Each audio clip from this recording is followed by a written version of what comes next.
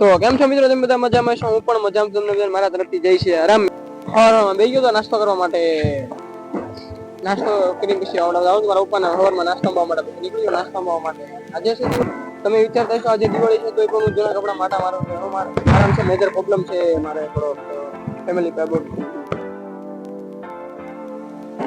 પોગી ગયા વાડીએ ભાગી આપણે ટ્યુશન પાછું વાડી અંદર પછી આપડા મામા છોકરા મરાઈ દીધો ગાડીમાં આપડે આટો અને થઈ ગયો રાજી. હો ભાઈ, આપણને મને સમજાય કરતા નાના મામા ની તો આપડા સબસ્ક્રાઇબર નીકળે. આપડે જોતા હતા હવારની બ્લોગ એ ગયો તો જમવા. થોડીક વાર નીકળી ગયો તો સાઈડ માટે. તમે વિચાર બધી સાઈડ હું કાન લઈ જાઉં છું. હમણાં જ વાત કરી મારા થોડો મેજર પ્રોબ્લેમ આવી ગયો તો ખબર છે હું કપડા પણ લઈ આવ્યો તો પછી શોપિંગ પણ કરી આવ્યો તો. પણ હવે તહેવાર બેન રહેશે એટલે તમને ખબર જ હશે ગુજરાતી ભાઈઓ છે લખું કારણે બેન રહે.